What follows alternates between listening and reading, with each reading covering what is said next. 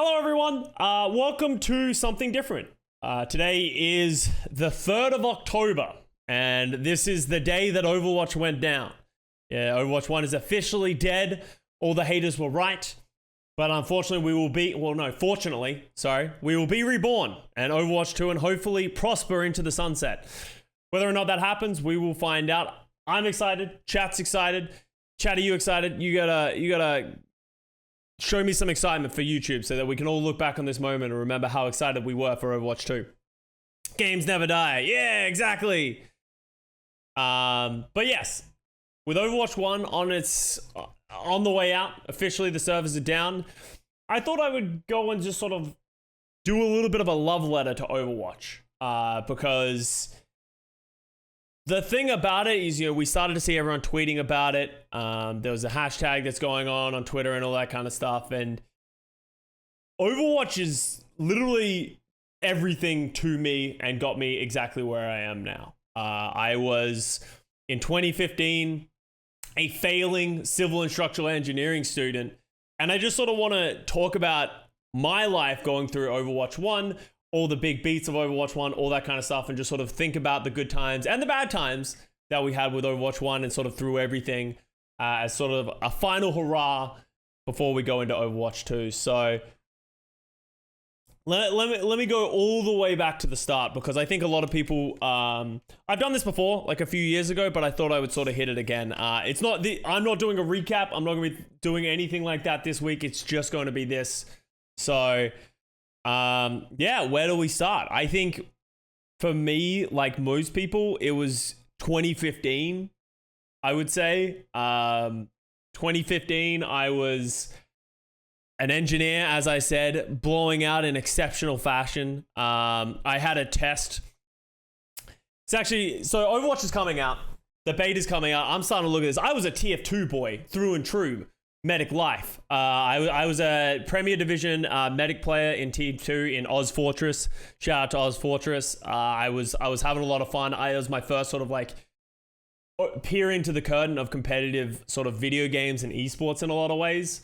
And I loved it. So when Overwatch got announced, like most people, I was like, this is the game. I think that opening cinematic where you had the Reaper just like spinning around like Beyblade style, like die, and you saw him like press that big ultimate, kill 3 people. I was like eyes wide of like everyone has an ultimate, anything is possible.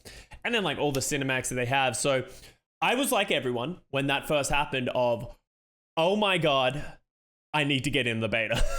So I signed up for fucking everything under the sun. I went to Reddit, every Reddit sign up, every Twitter sign up, every person that I knew who knew somebody, I messaged them. I gave my email out to everyone, probably why I'm still getting spam emails to this day. But I actually got in. I remember I got into the beta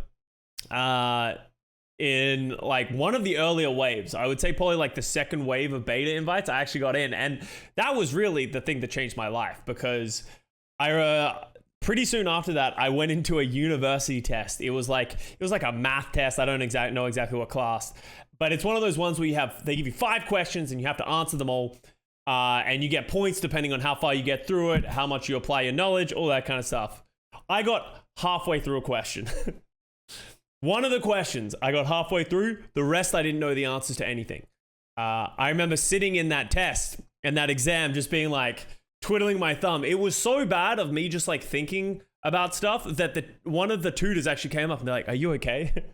I haven't seen you write anything in the last 30 minutes. I'm like, I'm okay. And what I was doing during that time is like, that was the test. I was actually sitting there of like, dude, fuck it. I'm going to try and go pro in Overwatch. Like, I'm good enough at TF2, and if I apply myself enough, I believe in myself, I trust myself enough, I can do it. And I was like, well, if I was going to do it, how am I going to accomplish this? And I actually knew a bunch of people I played in a clan in Team Fortress 2 called Crack Clan, and that was the premier team that we went. And a lot of these people were based in Canada. Natural Enemy, who's yelling in chat, we became friends, like in that he was from Canada. I played a lot of games. We played like Battlefield back in the day and that kind of stuff. And they were doing a meetup in Canada. And I actually traveled there earlier in the year, or like around that time. And I ended up just being like, I need to move to North America. As an Australian citizen and part of the Commonwealth, you can actually move to Canada on a 2-year working holiday visa, or at least you used to, where I can travel to Canada, live in Canada, work in Canada for 2 years, pretty easy. So I came to the conclusion, if I can move to North America, I can play the game, I put myself forward, anything is possible. Working holiday. What essentially a working holiday means is that I can work in the country. I can't work as like a teacher or any like, you know, in the hospitals and stuff like that, but I don't have to work either. With a lot of visas, like at the US, you can only live there for 3 months on a holiday before you need to get a proper visa. So through this way, I was able to live in Canada and work part-time jobs, do simple things, while also not having to do anything at the same time and being able to live there for 2 years. So what actually happened was I moved to Vancouver with Natural Enemy's brother, also known as Beaky, who is a big person in my channel as well, who's the best man at my wedding. And he just moved to Vancouver recently. He said, you can crash on my floor. I have a 1-bedroom apartment. I'll stay in the bedroom, you stay in the living room, and we'll just have 2 mattresses on the floor and we'll just split rent. And that was really the go time for me of like, I'm in the beta. I can move to North America to actually compete. Anything is possible. And it was a hard sell to my mum. You know, it's very hard to sort of like come to your mum and be like, hey, I'm going to drop out of engineering and I'm going to go travel to North America across the world and play this video game and try and go pro in this video game that isn't even out. She was not convinced. You know, obviously their first thing was finish your degree first. You know, just finish your degree and then you can go traveling. But obviously we all here know that that's just not how it works. You need to get your foot in the door. You need to go early. And I need to give massive credit to my brother, my oldest brother, because he actually spoke to my parents about it after I had the big discussion with them. Parents weren't sold on it. And he said to them, it's like, he can do it. He is talented, he is dedicated, and he is good enough for video games that he can actually do it. And that was really the thing that sort of pushed my mom over the edge, is my brother's support for this decision. And that was one of the things that really like got me to this point. A big thing before anyone takes this as drop out of university, drop out of high school to go pro in a video game, I do need to give context. I had been working a part-time job. I had about $35,000 in the bank. I'd actually saved enough money. I could come back to this degree. I always had that choice. But for me, I needed to you got to give it a shot, right? Like at some point you got to take risks. At some point you got to do that. My like plan was I'll go for a year, see how I do. If I burn out, like I'll get a part-time in Canada. I'll live in Canada for a bit. It'll be an experience and I'll come back with no money. I might go back to university or do something else. So I did it. I got the visa. I planned everything. And that was the start of my Overwatch career. So I ended up flying to Vancouver. And it was just a really eye-opening experience because I had lived with my parents the entire time. As I said, I had a part-time job as a bartender, but I had never really explored a lot of the world. I'd done a little bit of traveling. As I said, that year I'd gone to New York City. I'd done that. I did a lot of traveling alone, but this was really my first time living out a thing. And I can tell you what, me and Beaky, that living arrangement was pure degeneracy. We had 2 mattresses that are on the floor. We had 2 desks that were in each of our rooms that we both just had gaming PCs, and we had a Nintendo 64 and $10 Walmart ham. So we would just eat bagels, Walmart ham, eggs, get fucked up on moose heads, and play Nintendo 64 and play Mario Golf. That was my experience for about 6 months. On top of that, he was working as like a sport salesman for one of the sporting teams for their tickets, and I was just playing Overwatch. And this is the beginning of like Overwatch. This is still in beta. Like when I moved there, I moved at the very beginning of January 2016, and I can't. When was the what was the exact date of Overwatch release? I want to say it was like May. Someone give me a number. I think it was May something. So at the start of 2016, I had a 5-month period where I was just playing the beta, and just trying to find anyone to play with on it. So when the game was still in beta, it was exactly like we just played with Overwatch 2, where there's only quick play, there's no ranked mode, you're just running around, no one knows how to play this game at all, and we're just fucking botting around. I was playing a game, and I'm just trying to get as good as I can, talk to as many people as I can, and I got into a game with a person called Nicholas TJO, who was one of the members of the TGO brothers. And if you have been around since 2016, especially in the competitive scene, this name should spark a bell for you, because he's ended up becoming a pretty controversial person. But he reached out to me and he was like, hey man, we're going to try and go pro in Overwatch, where we only want people that are focused. We don't want people that want to be the best, because we want to try and make it. They were previous CSGO players. That's all they told me at that time. Previous CSGO players, and they're like, come join our team. So I ended up joining that team, and we were called Code 7. So Code 7 was a team that consisted of Nicholas TGO and Talk TGO as the DPS players. I was a support player, playing like flex support. I was like the Zenyatta player. Joe Meister was on that team.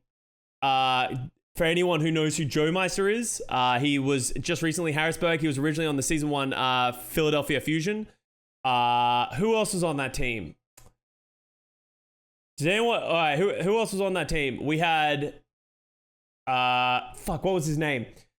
No, Harbley wasn't on that team yet. No, Harbley wasn't on that team. Who was? All right, yes, we got a thing here.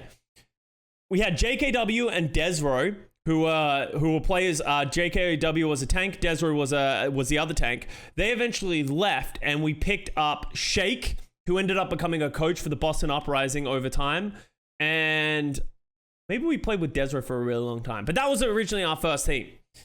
So that was like our first professional Overwatch team. And back then, the only way you could compete is they ran beta tournaments.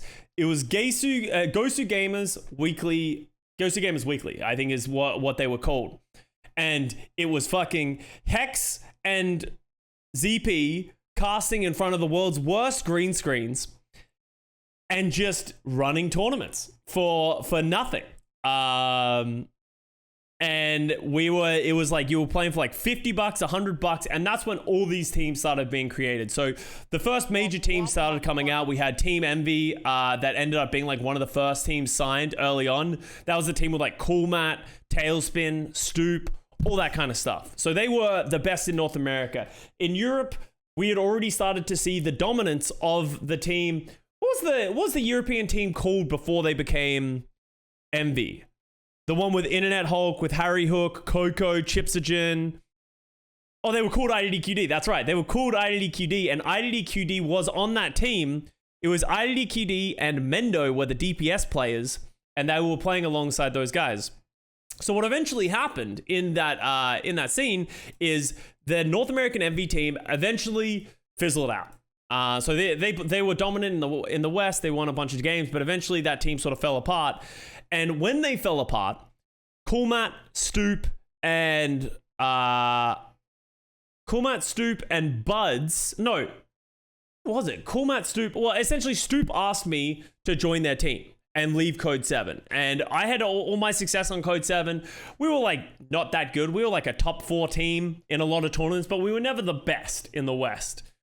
So then eventually what happened was Stoop asked me to join his team. And around this time in Code 7, for like a little bit of flavor, this is when Nicholas and Talk TJO of my Code 7 team, they ended up getting massive accusations against them. They actually were signing with TSM. So they were planning on signing with TSM, and they lived the world's shortest contract with TSM. So TSM actually wanted to get an Overwatch, but I decided to leave this team before we signed because Talk and Nicholas TGO, they actually had VAC bans against them in CSGO, and a lot of people actually thought they were cheating in Overwatch as well. So when TSM signed them, they actually dropped them 2 weeks later. They were part of this team from the 8th of July to the 22nd of July in the same thing. So they turned around and got dropped in 2 weeks from that roster because of the amount of community backlash they got for signing that team. The guy who was recruiting TSM at the time, I think, ended up building NRG/Shock's roster in some ways, I think. Yeah, maybe as well. But yeah, almost every pro got accused at that point. Shawfall got accused. Taimu got accused fucking all the time and stuff like that. But I actually got replaced by Harblue on this team when I decided to leave because I joined. Stoop said, leave that team, come join us. We're going to sign with Fnatic. And IDDQD left the team IDDQD, confusing I know, in Europe. And he actually put together the roster of Fnatic with myself, Stoop, and Cool Matt. 3 of us came together from North America. And then he came in with Vonethil, IDDQD, and Zoms, actually. We actually signed with Zoms originally when we first were going to make the team for Fnatic.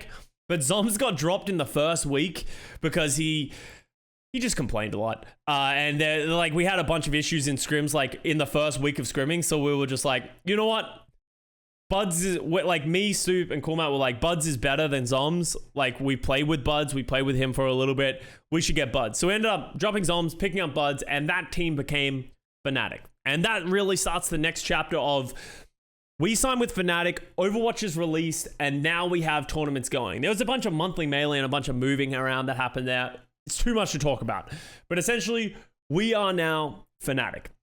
On Fnatic, it is IDDQD, IDDQD and Buds as DPS, Cool Matt, Stoop as tanks, myself and Vonethil as supports. I'm a flex support at this point, and we joined Fnatic, and we were pretty good. We then go into the age of like what a lot of people would say were like the early golden days of Overwatch. Overwatch is massively popular at this point, right? Like remember 2016 Overwatch?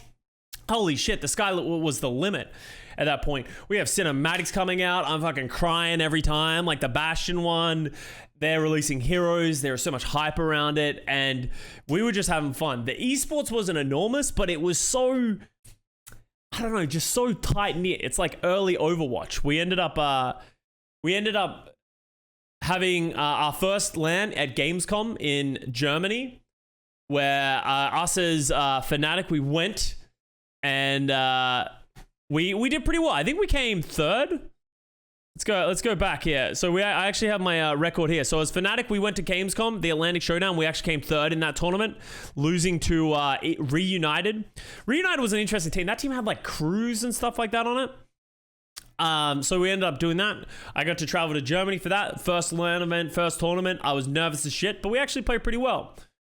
We then went to E-League in Atlanta for the Overwatch Open. We actually did really well at this tournament. We came second. We lost to Team Envious in the finals, in the North American finals. And they were just really fucking good. As I said, this Envious team was like, at this point, that Envious team was like the Internet Hulks, the Harry Hooks, the Chipsogens, the Cocos. Those guys were just kings at the beginning of the game in North America, and they just dominated through this tournament.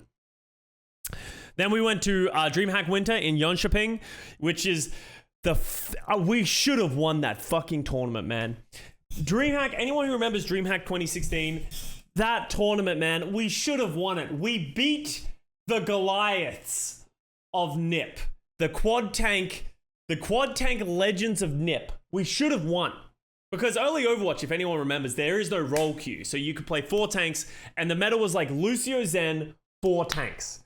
And NIP were the legends. Himsy on that Roadhog, they were just dominant. And we beat them. And I honestly think that was some of the best Overwatch I've ever played. Relative to the time, that was probably one of my best individual performances that I ever played. Because I fucking dominated as Zen. And I remember the moment when we beat them in the semifinals. We were playing on Full Sky Industries. I was Zenyatta, and I remember in like overtime killing their tank, like their Reinhardt, and as Zenyatta. And I remember like killing 1, killing 2, and then you just like every time one had like a big match win, you get this like tingling feeling in your hands. And I remember just like being like, I have Transcendence now. I just Transcendence, walk into them, and I'm like, holy shit, we just beat NIP. And they were the favorites to win the tournament. If you can beat NIP, you can beat everyone. Fuck!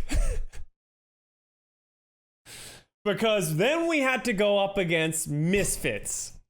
And you know what the worst thing about it is? You know what? It was fucking Soon. Soon on Tracer ruined my tournament. it was supposed to be the one that we won. The one tournament that we finally beat everybody. Well, actually, Envy wasn't at that tournament because they were at Apex at the time, so it was a kind of like a gift tournament, but we still would have won. Fucking Soon on Tracer. This was like the first time that people really started just like hard one-tricking Tracer. And this was really the beginning of like, honestly, what it feels like the next 5 years of just, he one-tricked Tracer and he just ran me down on Zen. And I just couldn't kill the man. He's just such a rat. He's everywhere, man. Every time you try and thing, and I just... So we lost that one. We lost that in a map 5. It was a brutal match, but we ended up losing that one, and Misfits went on to win that tournament. We then went over to MLG Vegas in 2016. At the end of 2016, which was a great tournament, we lost to FaZe. We lost to Too Easy on Roadhog. Oh man, this is just giving me all regrets in life of Overwatch. Then we lost to FaZe and Too Easy and Zombs, and Too Easy's Roadhog just beat us. And that's just, anyone who knows who Too Easy is like, that's just so sad. Fucking Too Easy, man. Too many tag errors. Literally, this was Overwatch, and we lost to Too Easy Roadhog, and we were disappointed. Losing respect, dude. It was bad, Johnny. It was bad. See, Johnny says losing respect, but it was around this time, just for fun facts, it was around this time that the reason, oh no, maybe it was during the DreamHack era. I think it was around here that Rogue and Envy were in Korea for Apex Season 1. And this was the time that Rogue decided to pick Team Envious in Apex Season 1 and then lose that match because they lost Tailspin, but then they gained Mickey and they lost in that tournament. And then Envy went on to win the rest of the tournament convincingly as well. Custa throwing shade at Johnny. Hey, you know, he's going to flame me for losing to Too Easy. We all have skeletons in our closets that we don't like to look at. So then we went to, it's actually not here, but we actually went to Apex Season 2. We're now moving into 2017. The era is starting of 2017 of Apex Season 2. So this season for Apex, because Envious won, they were like, oh my god, we should invite more Western teams. So they invited Team Envious, they invited Rogue, they invited Fnatic, our team, and then they invited Misfits? There was one more team there, right? Who am I forgetting? Oh no, C9. You are right. It was C9. And that was actually, this is the tournament in which C9 was birthed. So this was an interesting tournament because, and this is an important tournament, I think, in like the history of Overwatch 1, because this is the first time that Korea just dominated. Like, this was like the end of the Western era, because this always happens in a lot of esports where the West generally starts very strong and then eventually the Asian teams start coming over and taking over. And like Fnatic, C9, Envy, Rogue, at this point, we were all slated to be better than the Korean teams. But Johnny can speak to this. When we traveled to Korea, we were there for about 2 months and we competed. In scrims, we got manhandled by most of these teams. Well, not most of them, but just a couple of them specifically. They were just better than us. So on Team Envy, we had Taimu, Harry Hook, Mickey, Coco, Internet Hulk, and Chipsogen. This is the team that just won in Season 1. In C9, we had Mendo Kusai, Shawfor, Gods, Rib, Adam, and Rolf for C9. On Fnatic, it was Buds, Haffical, Coolmat, Stoop, Vonethil, and myself. At this point, IDQD was no longer on the team. We had Haffical.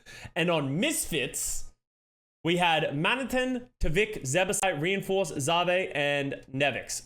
If you look at this team, a lot of this went on to become the Florida Mayhem. But yeah.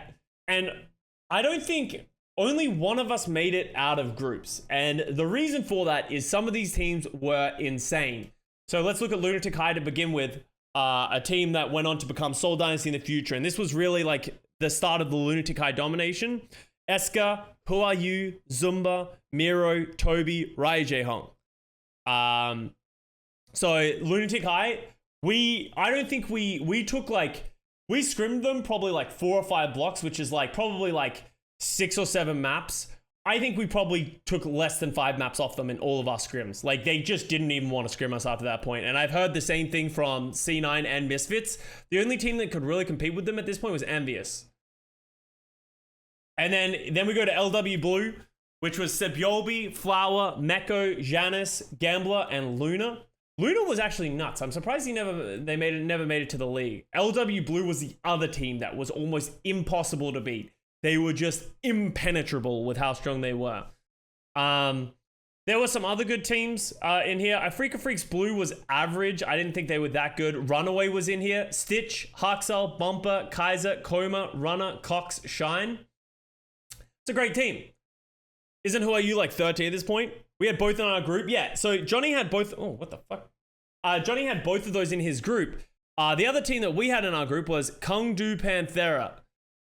Where's Kongdu Panthera? Then we had in our group Kongdu Panthera, which was Rascal, Waka Waka, Evermore, who was the Roadhog legend, Fisher, Bling, and Luffy. So here was the hard part for both me and Johnny. Let's look at our groups that we got here. Johnny was in a group with LW Blue and Lunatic High and went 1 and 2 and got knocked out of groups. Yeah, actually, Evermore, that's a good point. Evermore was the like one of the only players to ever get to 5K. They kind of cheated. They just like 6-stacked late at night. But he did get to 5 KSR, one of the only players to ever really do it. They were in a group with Lunatic High and LW Blue. We were in a group with Kongdu Panthera and fucking Runaway, which was our problem as well. So we both of us got blown out in like a mega proportions because, as I said, this is the rise of the Korean region and like the strength of them. C9 probably should have made it out of groups. Kongdu Uncia was actually really good at this time, but they probably should have been in Afrika Blue. And Team Envy actually had a pretty easy group as well. Like I don't think BK Stars. BK Stars, now that you look at it, Alarma's Tank actually had a pretty good roster. Alarm Tank, Bernard, Bunny, Carpe. Who was Kongdu Uncia was good as well. Who'd they have? Birdring. Birdring's the only one that really stands out in this list for most people. So yeah, it was a tournament. Didn't Vanley only make it up because Taimu went Goblin Mode? Yeah, Taimu went crazy on Widowmaker. Is this the tournament where he went crazy against Bunny? I think that's where, like, if you ever see the clips of like Bunny just getting world starred by Taimu, that's where that clip is from. Where like Taimu just went crazy on Widowmaker because Taimu used to just like switch to Widow randomly and just dominate people. This is actually a funny point as well. Flashlux, this was the other team in our group that was like way worse. Like we were expected to beat this team and we did beat them 3-1 because it was literally just the Fleta show of it was like, if you can stop Fleta from killing your entire team, you'll win the match. And that's how we won. So we ended up going 1 and 2 and brawling out of groups. And that's where Apex came to an end.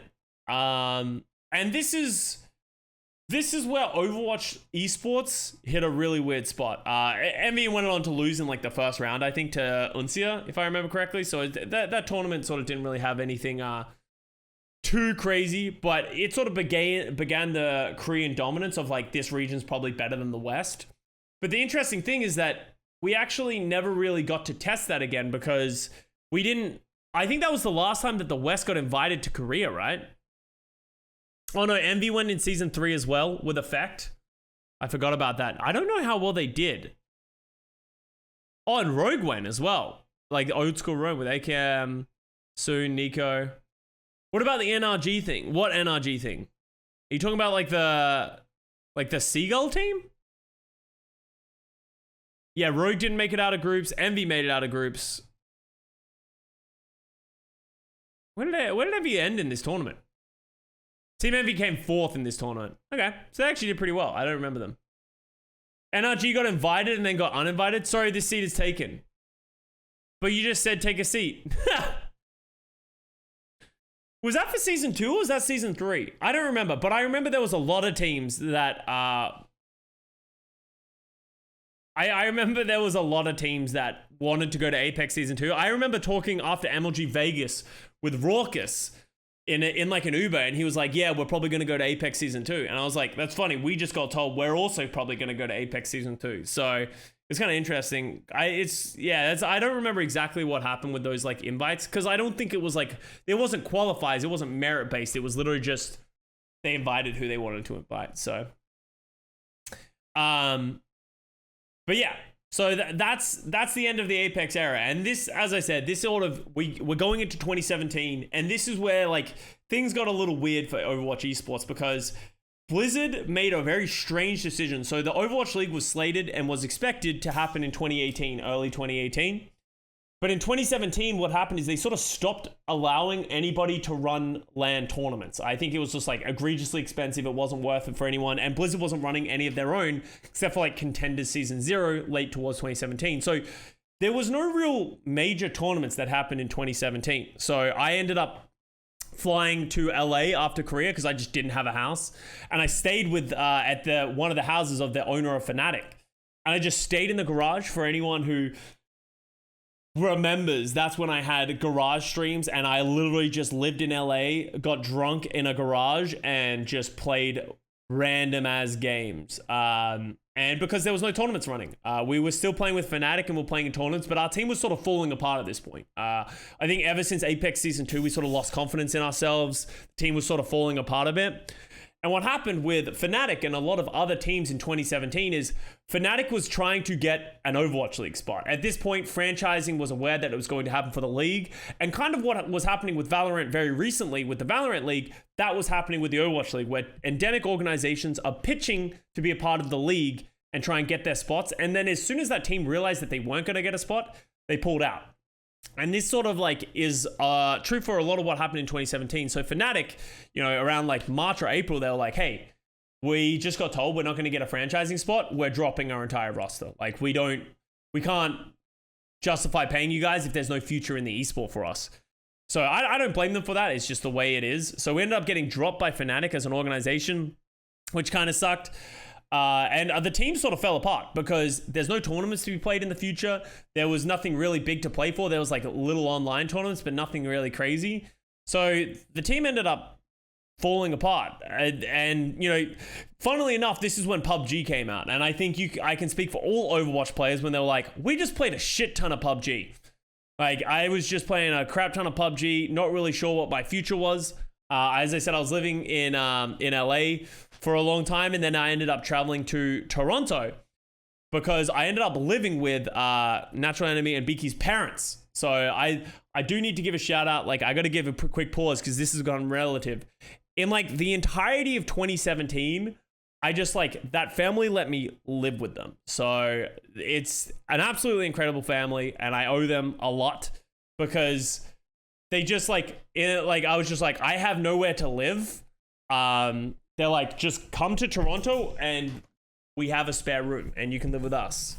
So they ended up letting me stay with them. I stayed with them for a couple of months, and then I ended up getting an Airbnb for a month. Then I ended up living with their other brother. So there's 3 brothers, and I've lived with all of them at some point in my life. So I'm just sort of leaning on them a lot. And it honestly did help me a lot with just sort of like staying afloat during this like uncertain period of thank you very much for money of Overwatch, because nothing was really happening. Like there's rumors people can't form teams or aren't really forming teams. Like this is around the time that I joined Arc 6 and I played in that team with XQC, Space, Dante, Pizza, and Ginger Pop. And they were a good team. Like we had a good team. We played like one online tournament that was pretty big, and that's when we lost to Rogue, who was a team that went to Korea. And so they went to Korea, and we ended up losing to them in a really close series, which was disappointing, but I think it really showed our value as a team of how good we are. We had a lot of personalities. Well, we had XQC. I was actually a pretty big streamer at that time. That was when I was like hard grinding ranked because there was nothing else to do and getting pretty high ranks. I think I got rank 1 like a couple of times on like flex support.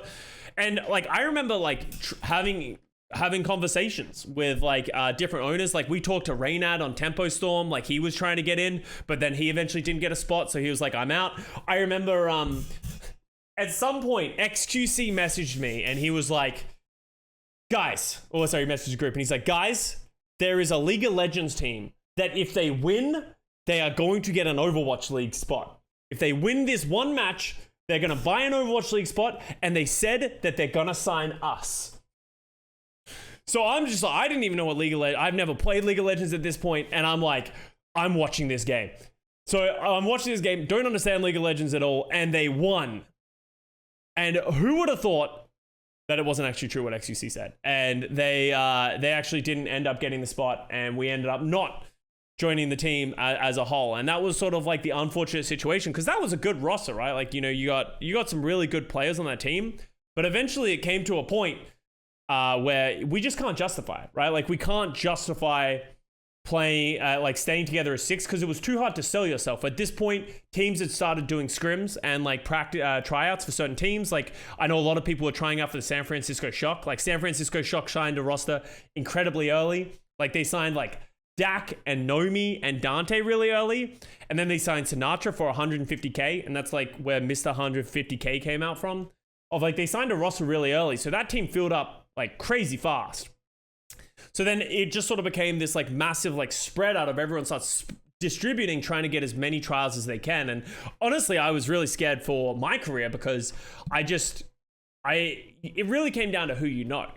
And I was pretty fortunate in the fact that because I had so much history, because I had so much experience, I ended up messaging Kai from who was the coach of Team Envious at this point, that was going to become the Dallas Fuel. Everyone knew that Envious was going to get a spot. They were the most successful esports team in Overwatch history. That everyone knew they were going to spot. So I messaged Kai and I was like, hey, I'm happy to join your team. I know you got Harry Hook and Chipsogen, but you know, people are building big rosters. I'm happy to sit on the bench. I'm happy to do I'm happy to be like a kind of like a bench player and fill whatever you need me for. And he actually asked me, he was like, do you know how to play Lucio? And at that point, the answer was no. Like, I'd never really put much time into Lucio. You didn't need to play Lucio, and I was a flex support player at that point. So he was like, if you can learn Lucio, we'll do it. So what I did is I ended up making a new account, which was Captain Shuey, and I played Lucio. And I got an account in 3 weeks. I got a Lucio account to 4,700 or like 4,650 or something like that. And I sent it to Kai, and I was like, hey, you know how good I am at flex support. I can play this. I'm not trying to be a starter over Chipsogen. He's great. But here's a Lucio account. I can play all the supports because I know how to play Mercy as well. I can play. I'm happy to do it. He's like, okay, I'll get you a contract. I didn't get a contract for like a month. I was promised the Dallas Fuel contract. I remember that being the most nerve-wracking month of my life, because he was like, they were talking about signing me and they're like, yeah, we got you. But till you have a contract in your hand, promises mean nothing. So I'm just sitting there waiting for a contract, just like not getting anything, not getting pre-agreements, all that kind of stuff. Sitting there, it was one of the most nerve-wracking things. One of the funniest things that happened is about halfway through that month, I got a message from the Los Angeles Valiant, which is ironic looking back. And they were like, hey, we want to trial you out. Come give us a trial. So I actually trialed for that team, and I played flex support for 1 hour, and I played main support and Lucio for the other hour. And I can't remember who was the coach at this time, but I shat the bed on flex support on my trial. And they had Kariv at that time, who was just a better flex support than me in every single way, except maybe communication. But I played with Kariv. I just didn't do well on Kariv. But I dominated on Lucio, which was kind of funny. Moon was not the head coach of the Valiant at this point. I dominated the trial as Lucio, and they actually said to me, they were like, hey, we're interested in signing you for main support, but not for, and like Lucio, but not for flex support. And I was like, okay, I'm like, I could be down. And then, but what happened was, as soon as that, like, we came, like, Valiant was like, hey, we're interested, Dallas Fuel gave me a contract, and they were like, hey, Valiant was like, how much would it cost us for you to not sign with the Dallas Fuel and sign with the Valiant? And I was like, no amount of money. And the reality was, I literally went back to them. I said, no, I have a contract for Dallas Fuel. And Dallas Fuel at this point was slated to be was slated to be the best team in the league. Like, everyone was like, oh, they're going to be really good. They're the best. And I was like, I would rather be on the Dallas Fuel and be like a bench player for the Dallas Fuel, learn from them, grow from them, and play for the Dallas Fuel, then play for the Valiant, a team that wasn't expected to be good at all, right? Like, they had a very hodgepodge team. They had like Fate and Kariv, who were these great Korean players, but like they're sort of all over the place. So I was like, no, I'm just going to sign the Dallas Fuel contract. And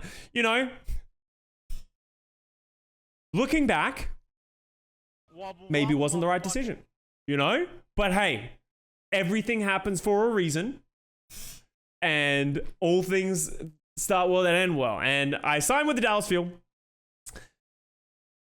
and I joined that team. So we go into the 2018. I'm signed with the Dallas Fuel, and this is honestly like, man, if you want to know of the golden years, like anyone who was in the Overwatch League in season 1, other than having to play 40 fucking matches, like, well, let's say like the first half of the season, this was the golden years, man. There was just money everywhere. We had like, I remember the players, like everyone is living in LA.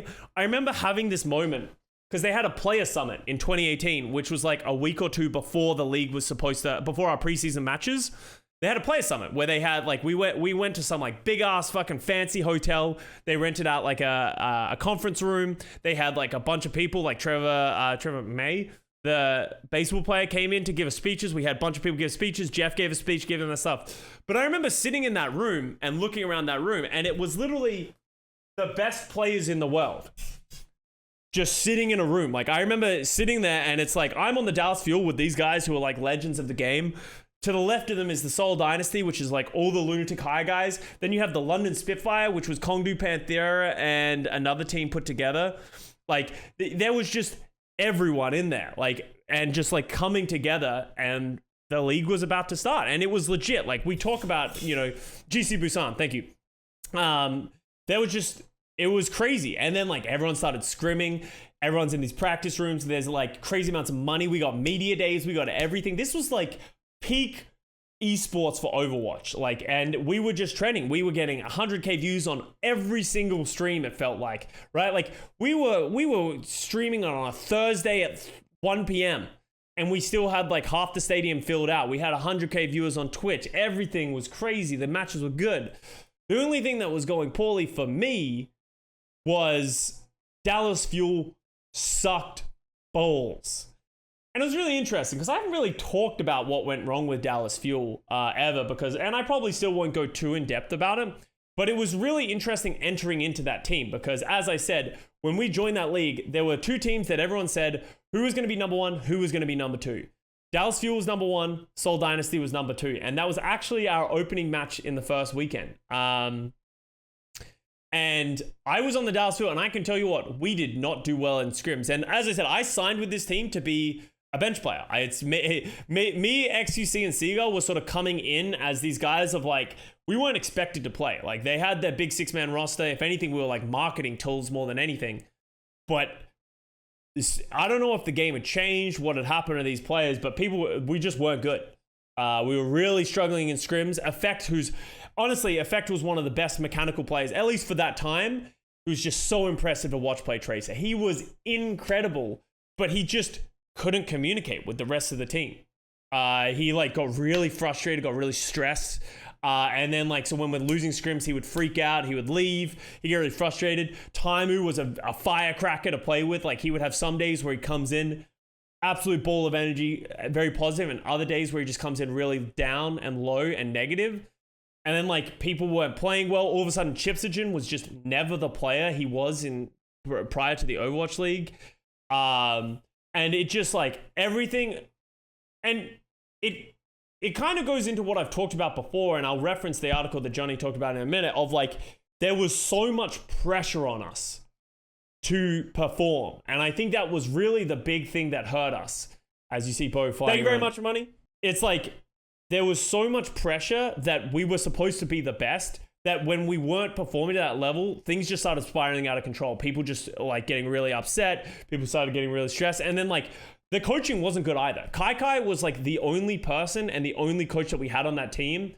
And it felt like he was just busy putting out fires, and we were subbing people in left and right. Like, I don't think I ever played the same role over 2 weeks.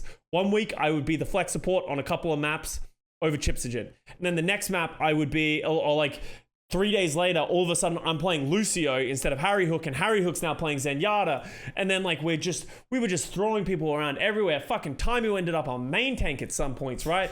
Like Taimu went to take a shit one day, and then Seagull had to play Diva because Taimu was taking a shit. And then Seagull ended up playing Diva, and then he filled in the role. And then things were going poorly. So they signed AKM and Rascal to just be like, fuck it, let's throw money at the problems. Signed these two players. But then like Rascal just did not gel with the team at all. Like that was, like he came and went, and it was just bad. I left before he went, but Rascal just did not fit in this team. He did not like the way that the team was run at all. And then AKM, he was trying to fit into the team, but the team was already a sinking ship at this point. Right? Like we were on a downwards trajectory, and there was nothing that could really felt like it could save it. And this was like a disaster, as I said. You know, we have so much pressure. We're losing matches. We can't perform to the level that we expect. We have big personalities. XQC's getting suspended every second week. Coco's trying to play Orisa.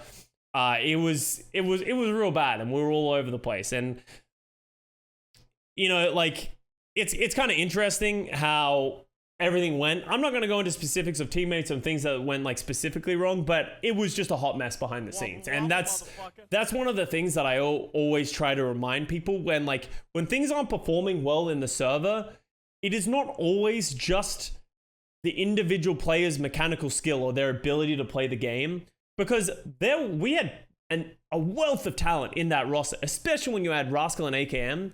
But if the team is not working internally, and the system is not there to support them, it will fail. And even if we weren't first, there is no way that team should have been one of the last teams. Like we were close to bottom at that point, right? Like obviously we're jumping over like Shanghai Dragons and Florida Mayhem. Like it's actually a funny story of at the end of the first stage, because we were playing a lot of matches. So in our last matches 9 and 10, the final weekend of the first stage of the last hurrah, we had the Shanghai Dragons and the Florida Mayhem. And we beat both of those teams. Literally the two worst teams in the league, and we were fucking pumped. We went out for steaks. We got a massive steak dinner. We were over the moon. We were just like, we beat two teams. We had a 2-0 weekend. One of the best moments. We won. And it was a cool experience, and it was a cool moment, but like, man, it was bad. It was kind of depressing, and that continued to go on. And this is sort of around the time where I kind of got my olive branch, and looking back, one of the best decisions that I ever made. So it was a hard moment for me personally in the moment, but looking back, it was pretty simple. But I remember after the second stage, we actually had a pretty good end to the second stage, if I remember correctly. Like we won the games we were supposed to win, but then like we were really close to beating New York Excelsior, beating London Spitfire. Like at this point, Seagull was on Diva. We had, but I think we were still fucking around with like Taimu main tank because Coco didn't want to play anymore, and XQC had been expelled from the league or had left the league, so we didn't have a main tank player at this point. OGE was just starting to come in, but I don't think he had a visa. I played a little bit with OGE. So we had and then people were all over the place. Mickey was getting benched for Seagull Diva. Seagull Diva was only stage 4. I remember playing with Seagull Diva a little bit. Thank you very much for money. Oh yeah, OGE was also suspended. Oh, that's why I never played with OGE. Because OGE he was signed to the team, and then he got suspended for the boosting stuff. So then I never personally played with him, but he was a great player. Like you could tell he was a smart player. I played a couple of scrims with him, just sort of like, how does he fit in the team? What's he like? Let's get him some reps. And he was good. I was really excited to come in. So as I said, as you can imagine, we just have a hot mess of Coco's not playing, Taimu's on main tank, OG was supposed to be our savior of a main tank, gets suspended. XQC is no longer on the team. So every time they tried to solve something, like AKM, Rascal, every time they tried to solve something, it fell apart. And what ended up happening was Kai after the second stage, as I said, things started feeling like they were turning around at this point.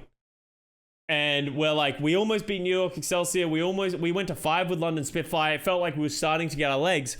And I remember being the only person in the office at that point.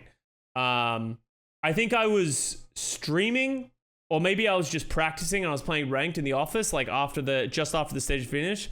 Because my parents were actually there because they came over for that mid-season break and they came to watch a match. And I remember getting a call from Kai because Kai was at the airport. Because Kai was going away for the mid-season break for like a week or two.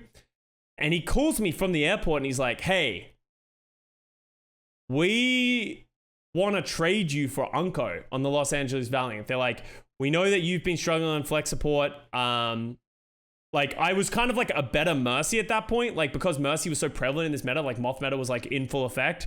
They were like, but we think it's more important that we get a flex support that we really need. So they wanted to sign Unko and trade me with him, a 1-for-1 trade, which is hard to like, I don't know. I feel like at this point, at that point in time, it was kind of defeating because it feels like at this point, I had become an integral part of that Dallas Fuel team in stage 2. Like, I feel like we had started taking strides in the right direction. And then they're like, hey, we want to trade you.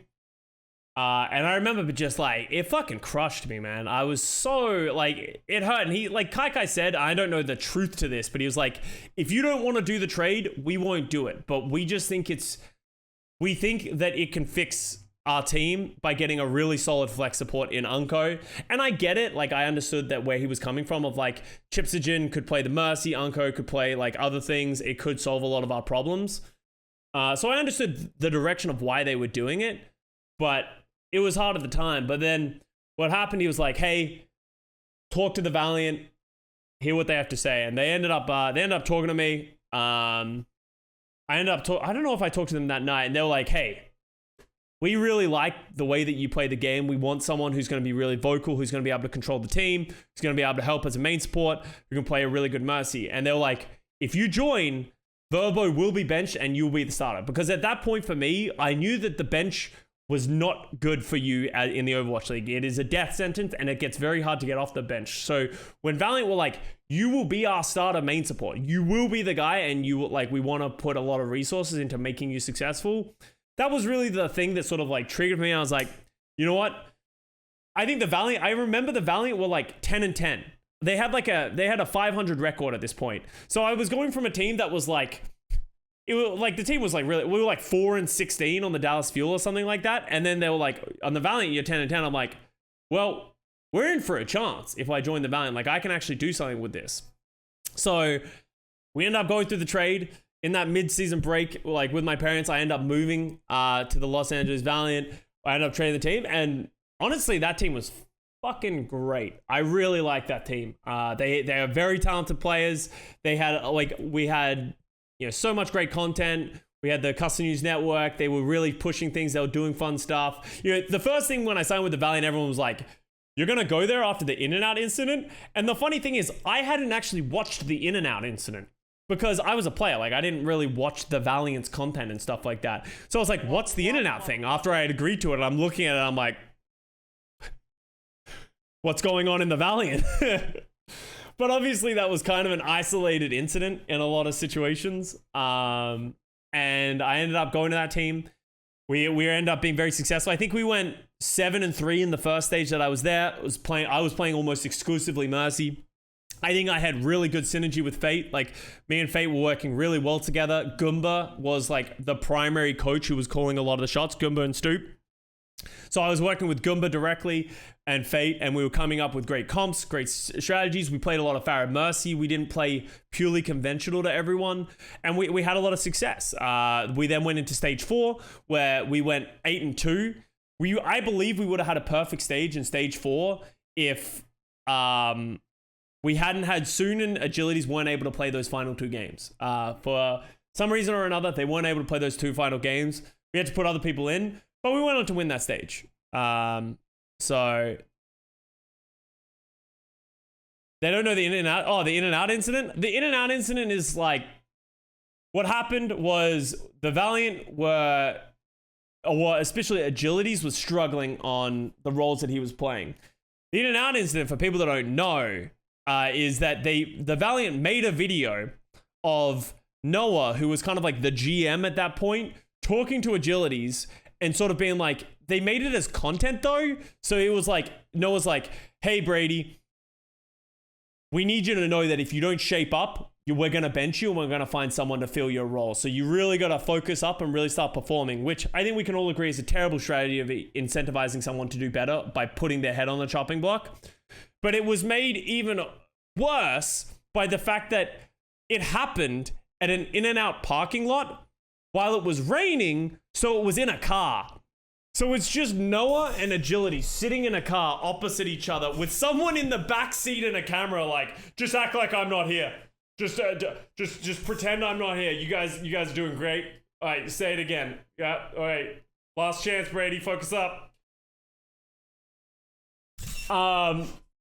And it was an awful, like, it was a truly awful thing. It did get a lot of interaction, but it was like a really stupid thing that was done. And that it's more of a meme. So if you ever hear someone talk about the In-N-Out incident, it's kind of like that of like, you're in your last chance, or like, you know, your head's on the chopping block in a little bit.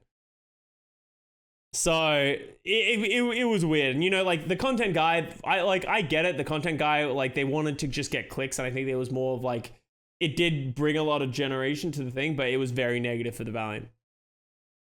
But yeah, 12 players on the roster. Yeah, so actually in that Valiant thing, what a lot of teams did when the league was first thing, they were like, the roster cap is 12. So Valiant was one of the few teams that us and like the the London Spitfire, people thought it'd be good to have an A team and a B team. So you have 6 players on the A team, 6 players on the B team. There is a very solid reason of why this doesn't work, and I can tell you why. Because when you have an A team and a B team, you're like, well, you just sub plays in from the B team to the A team from time to time. That never really works. You always want to stick with your 6 strongest players. So what happened is there was a lot of resentment from the B team because it felt like they were never in an opportunity in which they were ever going to be able to play in the A team. You know, we had Numlocked, who was really frustrated because he just wanted to play, but he was never going to play over Fate. And then when Indy came of age, when Space came of age, I remember in like season 2, McGravy was just really frustrated because he's not even getting scrim time. He's not even getting the ability to prove that he can be better than these players because there's just not enough time to give others scrims in like good scrim time. So the B team was scrimming on their own, but because they have, even if they have 1 or 2 players that potentially are better than the main roster, that roster is never going to perform to that level.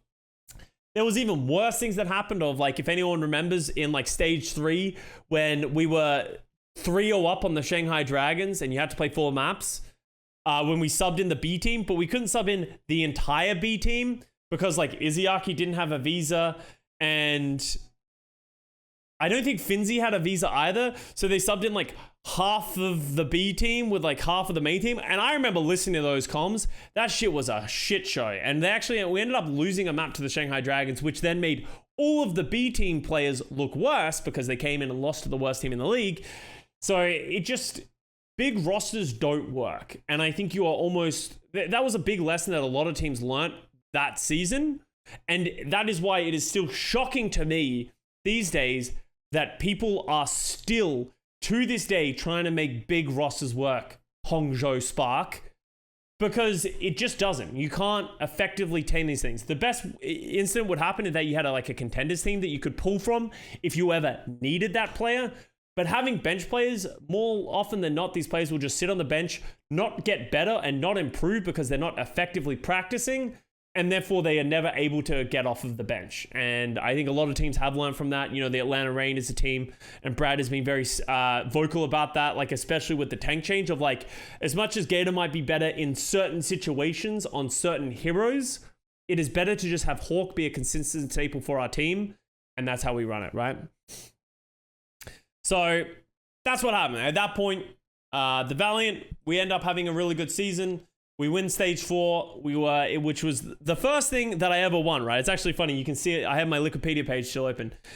This is the only thing I ever really won. Like, you can look, I had a good career. Like, if you just look at, like, I don't think many people can say that they had as good of a career as I did in a lot of ways of, like, I finished 3rd and 4th in a lot of things. I was always competitive, I think. But this was the only thing that I was really, like, won. And that's like, obviously a big moment that we had.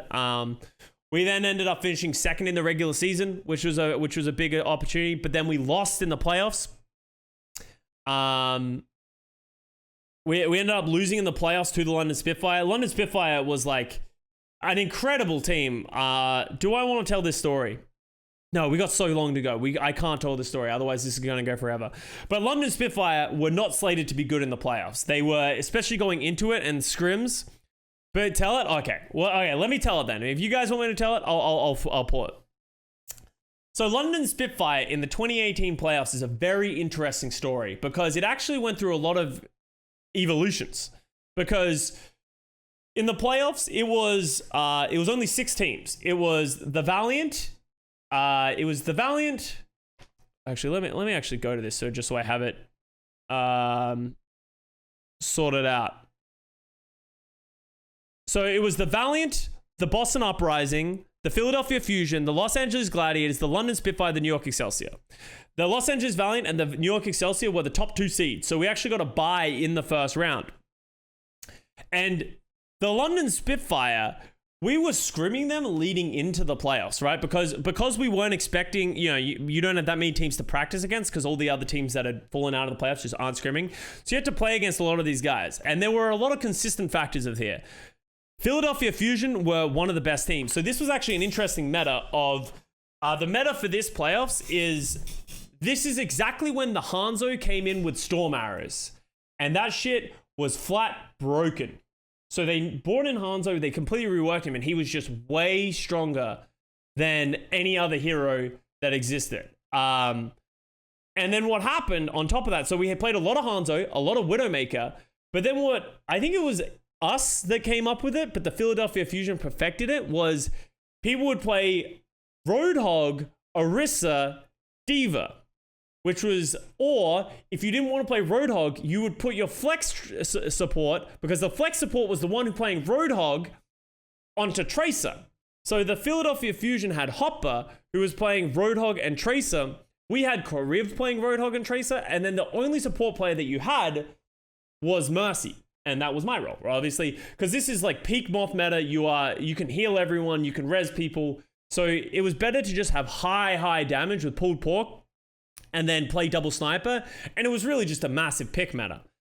The London Spitfire were hot garbage at this meta, like truly bad. I remember going into this, the Los Angeles Gladiators versus the London Spitfire in their first match. I remember scrimming the day before that match, and they were so bad. I remember spawn camping them. They weren't even walking out of spawn. It was so bad that on one of the maps, on Eichenwald first point, Soon did a grapple shot on Widowmaker, killed the Mercy off the rip, and someone just ult F forward. Like, someone on their team just ult F forward. And I've heard stories of Sideshow and Bren actually going to visit the London Spitfire leading into the playoffs, and it just being a screaming match of this team was just broken. Like, they were just no faith. They weren't playing together. They're obviously very upset. Massive internal conflict. They got rolled in the first series to the Gladiators. Apparently it's like Bedosa wanted to beat up Closer. There was a lot of like back and forth. And then what happened is, I don't know, we ended up scrimming them again 1 or 2 days before their next match as well. And they were still bad. We spawn camped them again. And we're like, okay, the Gladiators are going to win. We're probably playing the Gladiators. We'll see how this goes. Funny fact about the Gladiators as well. At this point, Fisher was doing Fisher things, because Fisher was the main tank for the Gladiators, led them to a lot of their success for the season. We were also in the scrim in which Fisher blew up on the Los Angeles Gladiators, where halfway through, they subbed out Fisher and they put in iRemix, which was unfathomable at this time, because Fisher was really the glue of this team. And Fisher apparently blew up as well. So he also wasn't playing in the playoffs for the Gladiators, and they were playing iRemix. So Gladiators were beating the London Spitfire with iRemix. And then something happened. Within those 2 days, I don't know what it is. This is like fucking Space Jam level of something in the water. But it just clicked. And I don't know if it was they put in these players and then they're like, we got nothing left to lose. Let's just play the game. Because they were talented. Like, they have a good roster, right? It's Birdring, Prophet, Fury, Gesture, Closer, Bedosin. I think Closer at this point got benched and they just played Nuss. They just benched Closer, only played Nuss. And they went absolutely crazy. What is this? How do you ride a tailspin? Oh my God. Before Spitfire's time. Yeah, like, and there was like, it was actually kind of crazy how their season turned around, and they ended up going on that tear. We ended up playing against the London Spitfire in the semifinals, and we got kind of rolled. Like Birdring and Prophet on that fucking Hanzo. Like a big problem that we had that Agilities was a really good Genji and a really good Junkrat and a really good Pharah. Something he wasn't that good at was Hanzo, and it was actually interesting. And in an alternative universe, it would have been interesting because there was a discussion. And I'm actually curious to get your thoughts on this because, you know, it's so far thing. There was actually a discussion between myself, Moon, Goomba, Stoop, and that kind of stuff of should we play KSF or Agilities in the playoffs? Because Hanzo was hard meta. KSF was a better Hanzo than Agilities. But Agilities has more synergy with the team and has really sort of gotten us to this point. He has more experience. We know he performs in the playoffs. While KSF, he had only played like one match at that point, and it was in one of the losing matches that we went in that stage 4.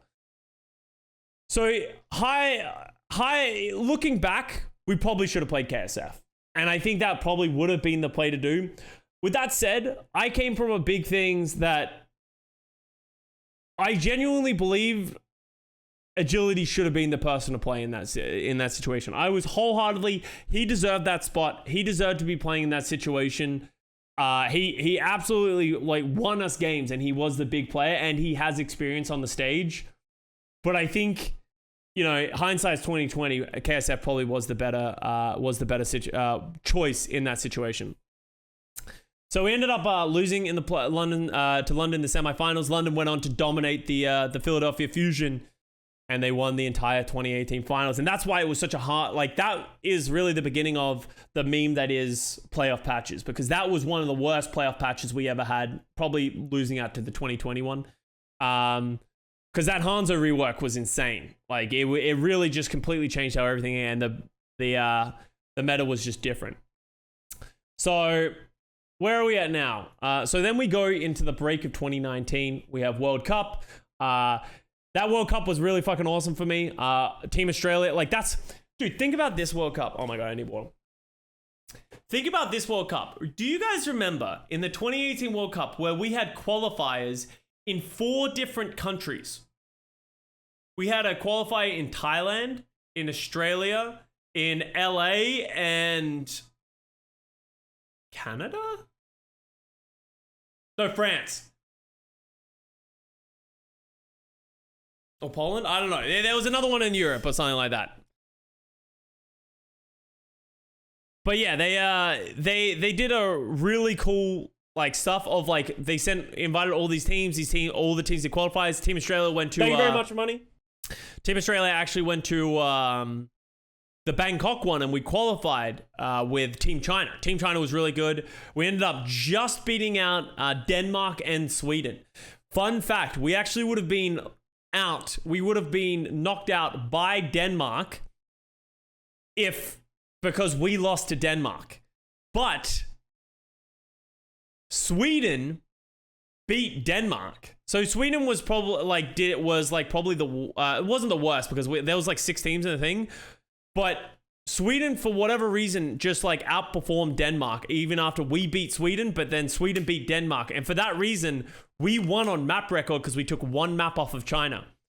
Thank you, Reinforce. It's actually a story that happened of Team Australia. We were so excited because we had won. We had just won because Sweden beat Denmark, and we just qualified for the tournament because we lost to China, but we won a map, so we were super pumped. I remember walking into the backstage room, and Johnny was there, just sad, you guys have seen Sad Jomi. You know, like just you could tell he was bummed. Like Sweden didn't make it to the World Cup. It's obviously would have been awesome for him to qualify. And Australia's just like giving him hugs, being like, "Thank you so much. You kept our dreams alive. We're doing this," and you know that kind of stuff. He's like, "Oh, you're welcome, guys." But obviously bummed for himself, which was sad. But for that reason, we qualified for World Cup. So we ended up going. Team Australia went to the 2018 World Cup. It was insane. This is when like peak World Cup. I think this is the World Cup that got a lot of people into esports. If you weren't already into the league, this one was enormous. I think China won it. Am I remembering China, or did China lose to Korea in the playoffs?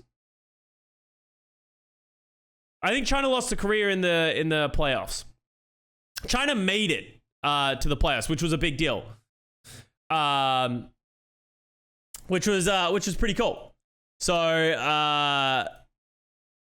it was pretty cool to see China there, and that was really the beginning of Chinese Overwatch, which is good for the game that Chinese Overwatch was good. But that was because we lost to South Korea in the first round, and it was funny. I played Torb at that tournament because this is the beginning of GOATs. So World Cup is really the start you're seeing of GOATs. Finland were really good at GOATs.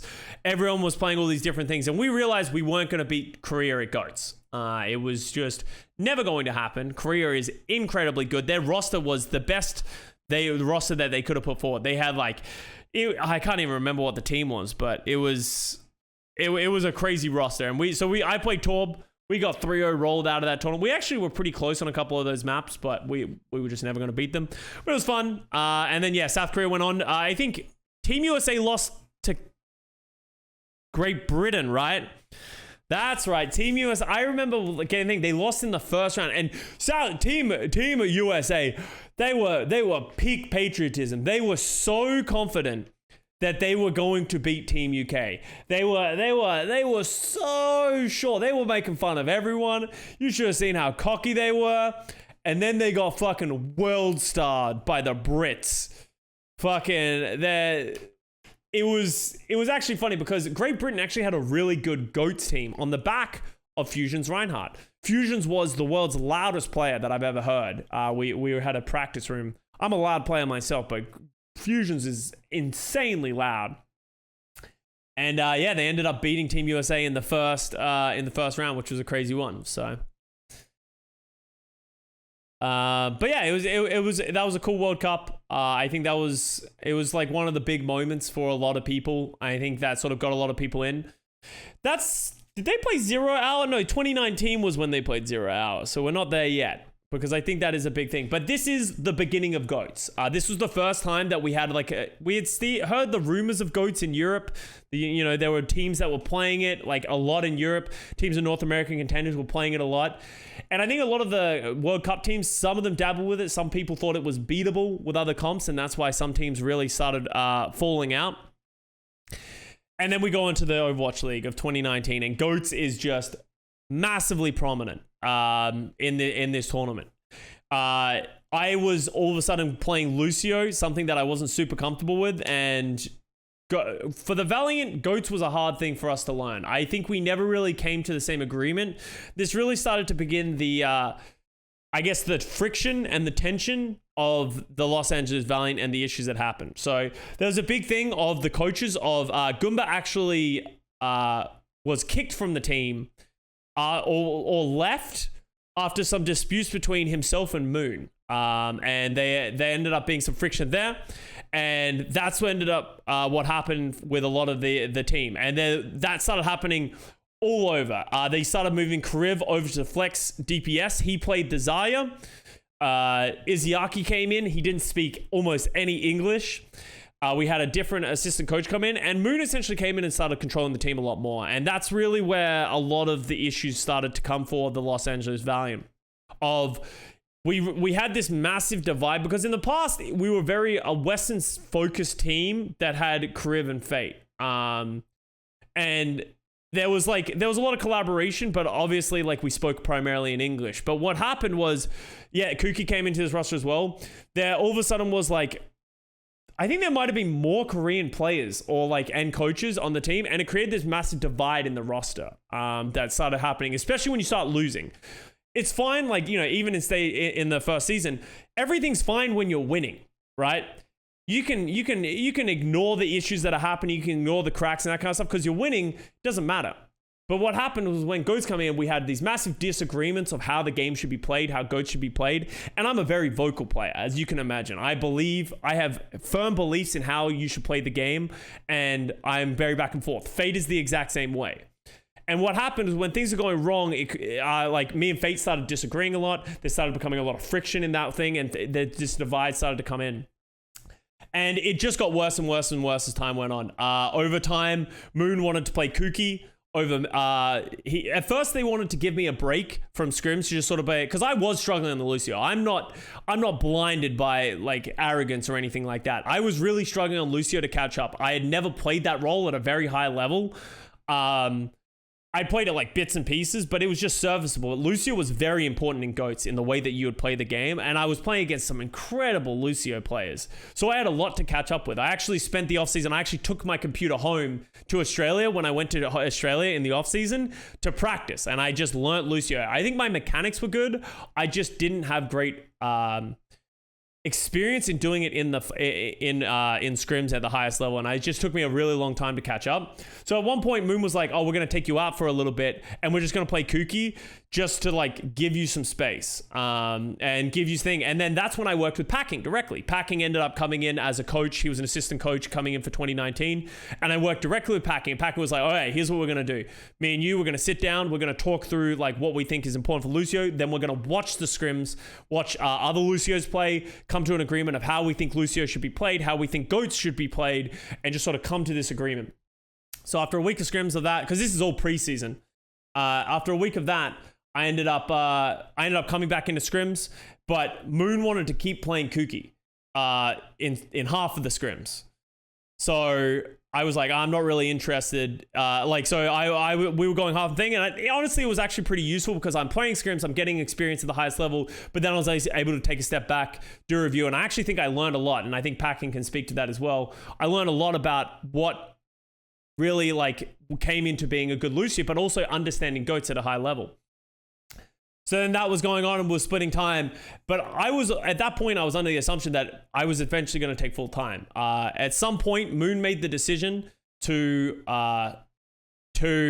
make it so that I would play, like as we're getting closer, he ended up coming and approaching me and be like, we want to play Kooky on Escort and Hybrid, like maps 3 and 4, and I would play Control maps on Lucio.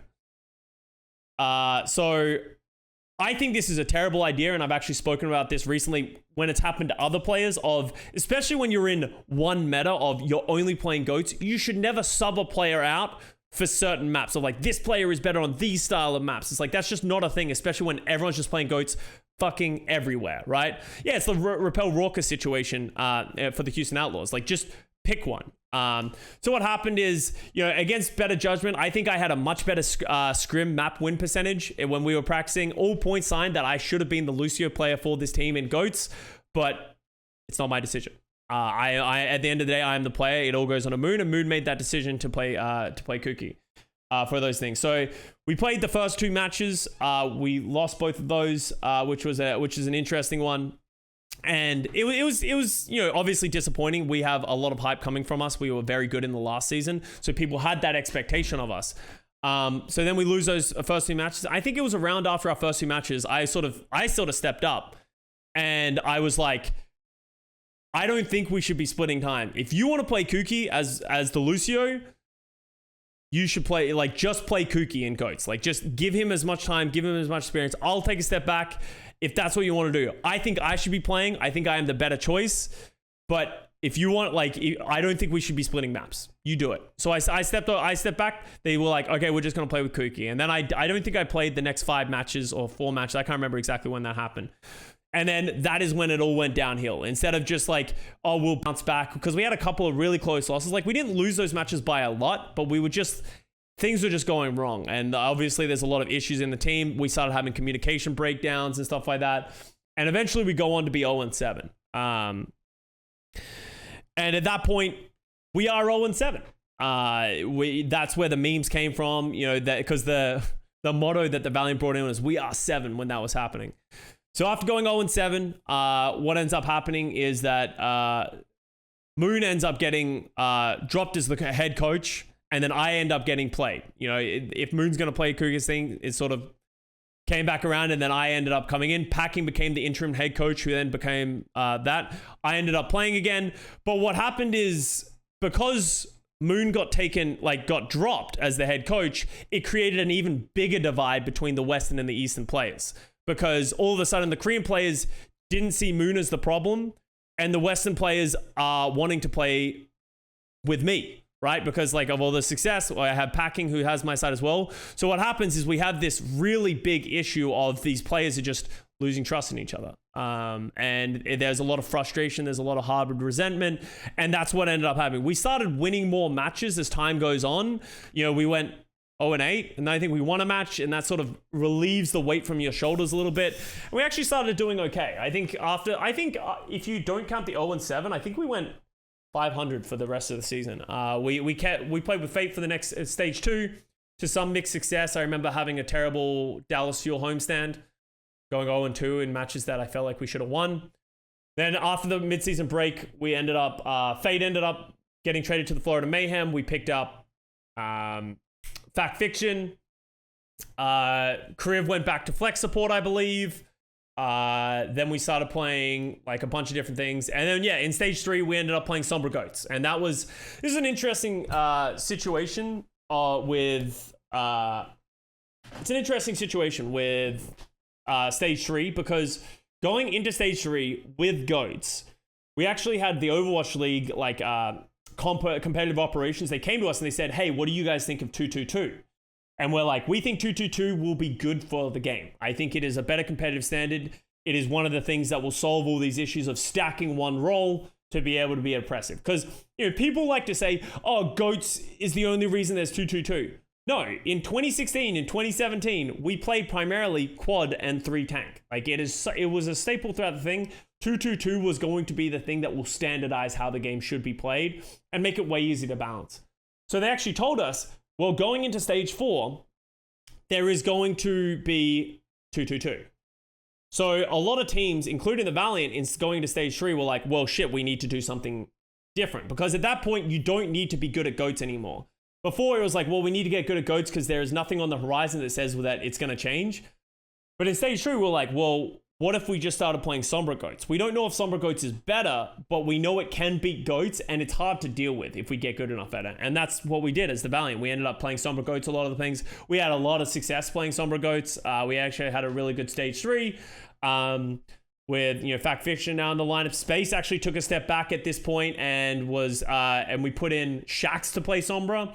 Played that Sombra Goat star. We ended up beating the Vancouver Titans, beating their regular season streak, and it was good. It was a sort of a successful time for the Valiant. We went on to stage 4, going into 2-2-2. We had some success. We were a good team, but not a great team. And we actually could have qualified for the play-ins, and I think we could have made it to the play-offs if we made it into the play-ins. But at the homestand, Kit Kat Rivalry Weekend, on the stage 4, for the last 2 matches, we had to play against the San Francisco Shock and the Los Angeles Gladiators. 2 very difficult teams, and we only needed to win one of those series. Shock was always going to be hard. We got rolled by the Shock. But then, disappointingly, we also got beaten by the Gladiators and did not qualify for the play-ins, and that was the end of the season. There is some interesting things that happened in the middle of that whole thing of, for me, a big eye-opening experience of the 0-7 situation and getting benched is I realized that a lot of my career is out of my control. Like I don't think I was the wrong option to be played there. I think I should have played even though I needed work. I think I was the right player to be played, but it was completely out of my control and I got benched. And there is a world in which I just never came off that bench and was able to prove myself. Do I think I was one of the best Lucios after I came off the bench and kept playing? No. Do I think I was fine? Yes. I think I did my job. I think I offer a lot to the team outside of that. So I'm not unhappy with how I played in that role, but I'm not unrealistic. Like I remember having conversations with our GM, actually, because I think after stage 1 and when I was playing in stage 2, our GM of the Valiant ended up coming up to me and he was like, Yeah, because I think they were thinking about signing Funny Astro at that point, and he was like, "If we sign Funny Astro, like, is that going to be good with you?" And I was a big proponent of like stage 2, stage 3. I was like, if you can find a better Lucio than me to play the game, I'll take a step back. I'm not saying that I am the heart and soul of this team that I need to play. I'm like, if you find a better Lucio, I will absolutely take a step back, help from the sidelines, warm the bench. I have other things that I can offer, and I can come in when needed. But they just never were able to find someone or sign someone for that position. So I ended up playing. But the point of what I was saying is sort of the mortality of my career came out. And that's when I had been playing Overwatch League professionally since start of 2016, going in towards the end of 2019.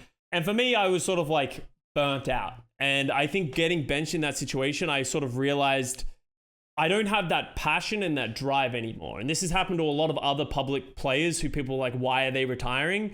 And I can completely relate with that. Super is a prime example, right? Like Super could have played this year, but as soon as your heart isn't in it anymore, you're going to just have this downwards trajectory because you don't have that grind to be better. I had that grind going into the 2019 season. As I said, I played Australian ranked with my PC on my vacation just because I wanted to be the best player I could be. I didn't have that anymore. And I recognized that after being benched in that situation and like even coming back after the second stage, I was like, I want to make sure that I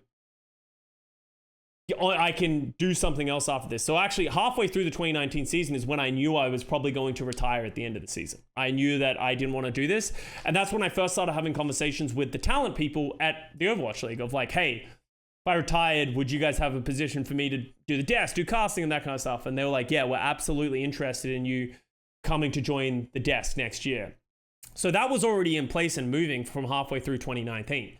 So even when I was playing, I knew that my career was coming to an end. And that obviously makes it hard to keep grinding. I actually think I did a great job of staying warm, staying relevant and doing my job for that season. But I knew I was on the way out. And that sort of really starts my talent career for the Overwatch League, going from 2019 to 2020. And that's sort of where my perspective starts to differ. And one of the big reasons, and something that we'll never really know, is one of the reasons I retired, I didn't want to travel in 2020 in the way that it was designed. That design for 2020 homestands was ludicrous. And I did not want to be a player for that because it would have been a nightmare to be a player in that situation. For people and context of people who aren't aware of what was going to happen in 2020, the plan was that teams were going to travel around the globe and compete in homestands for all these teams around the globe. So I know for the Valiant, for the first couple of weeks, we traveled a bit around North America, but then there was going to be a time where we were going to spend a month in China. And then after that, we'd come back to LA for a short period of time, and then we'd travel again. And this is all these kind of teams. I remember someone I know did calculate, Patrick calculated the number of miles that some of these players and teams. And I think the number was like, some teams were going to be traveling like upwards of 50,000 miles in a year. And we saw even just the beginning, like the first slice of 2020, when we were seeing teams travel, players were getting really sick. The venues weren't fully prepared. Teams weren't able to practice effectively. All that kind of things. It was going to be absolutely absurd, and I don't think there was a world in which it would have worked. I think it would have crashed and burned before it got there. But here we are in 2020, and if anything remembers what happened in 2020, COVID hit. And this is sort of like where Overwatch begins its massive downturn. Actually, I think the entrance of Brig and the prevalence of GOATs relative to the life and the health of Overwatch as a game really started to decline. Like at that point, we realized that things were sort of the golden years of Overwatch were over and things were starting to decline. Viewership's going down, things are going wrong. And then COVID hits, all that stuff's happening. Overwatch League ends up going to an online broadcast that was just somehow put together with tape and glue to just run. We all have shitty green screens. The internet's bad. At this point, I'm living in a content house almost with like Jake, Bren, Jaws, Wyatt, Kurt. Like a sideshow was going to be there and we were going to do content, but now we're in COVID, so everything was shut down. We had the world's shittiest internet. Everything was going wrong. We're now on YouTube as well, which was another big factor of the downturn of the Overwatch League. That transition, as much as it wasn't just relevant to Overwatch League, was awful for the Overwatch League because of the discoverability of live games. A lot of people don't use that service to watch matches. Massive drop in viewership, and really the beginning of the downturn. Obviously, you need to put an asterisk on all the downturn because of COVID. Everything sort of shat the bed. Everything went wrong for the world. But it really hit the Overwatch League, and we still haven't even really fully recovered from that. We are still seeing a negative decline in viewership and all that kind of stuff. I don't really have too much to talk about in 2020. As I said, I'm not really a player at this point, so I can't really speak in the same ways that I did with 2018 and 2019. I can tell you as talent, it was really difficult. When I did the Dallas homestand most recently for the kickoff clash, that was the first time ever after 3 years of doing talent, or like two and a bit, of ever working in front of a live crowd. And for anyone who was in esports and has gone to live events, that is really the lifeblood of what esports is. It's the really thing that gets you going. It's the thing that is exciting, sort of runs into everything, gives you something to look forward to. So it's been a really hard couple of years of doing talent because it feels like I'm just talking at my walls, and I talked towards this wall for the entirety of 2021 and most of 2020 when I was doing the talent. So it's really unfortunate that that I've never really sort of had that aspect, and that the league has sort of been cornered in this way. We have had some really cool events. Obviously, we did Hawaii in 2021, which was a really cool event. We did the online. I stayed up until 2 a.m. in this fucking room, and then we did the finals for the playoffs in 2020. There's a lot of stuff that happened, but the game continues to decline. At this point, they're not adding any more heroes. We have hero pools. In 2020, hero pools were a nightmare. We sort of fixed it a little bit in 2021. We're getting towards the end. And that's sort of the shitty years of Overwatch. And as I said, sort of a big part of the decline of what happened with the Overwatch League. No content coming in. And I want to back up to something that I think is really important that I sort of skipped over. Of the 2019 World Cup is really, in my opinion, that is the peak of where we ended. Of that BlizzCon when 0 Hour came out, right?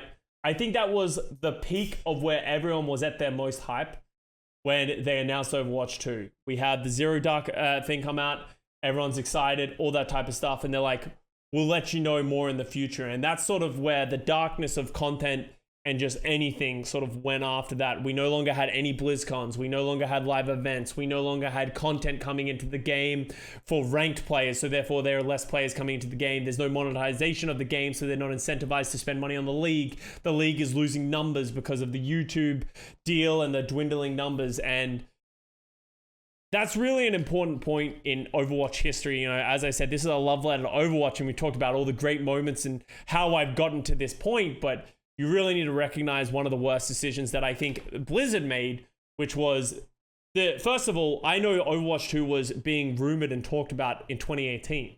So this is a decision that was being made long ago, but that idea to sort of cut everything off at the knees with the game really sort of was the black mark, and why a lot of people just hate Overwatch at this point, because it really sort of tainted everything that it had built. And it's kind of sad that, in 2019, that was the last time we really sort of had that hope in a lot of ways. So it's sad to see, but then, as I said, we go through 2020, we go through 2021. We're in 2022 now. There's been a lot of cool stuff that has happened. For me personally, I think the tournament structure is in the best place it's been in a while, but obviously the production's now where it wants to be. Hopefully next year we can go on to Twitch. We're still having a lot of issues with quality and that kind of stuff. But for me personally, that casting at the Dallas event was a really awesome experience. I was really happy to be able to sort of branch out. I've been doing the desk for a few years now, and I feel like in a lot of ways I haven't really experienced too much.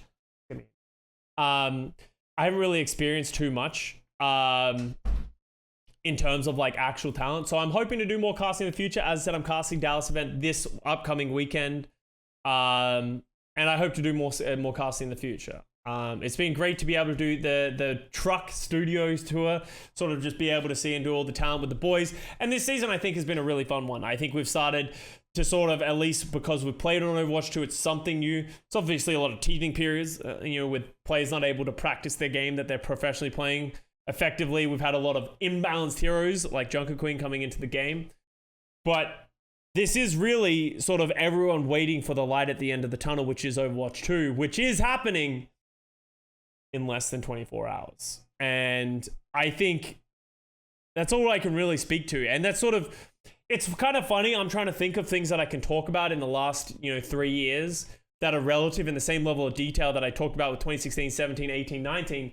But I just can't. And that sort of goes to show how much of a dark period we've been in with Overwatch 1. So we had the glory years and then almost what feels like the dark ages in a lot of ways. So it's disappointing, but 24 hours Overwatch 2 launches. And you should be really excited about that because I think it opens a lot of windows, regardless of how you feel about a lot of the systems that they're implementing, all that kind of stuff.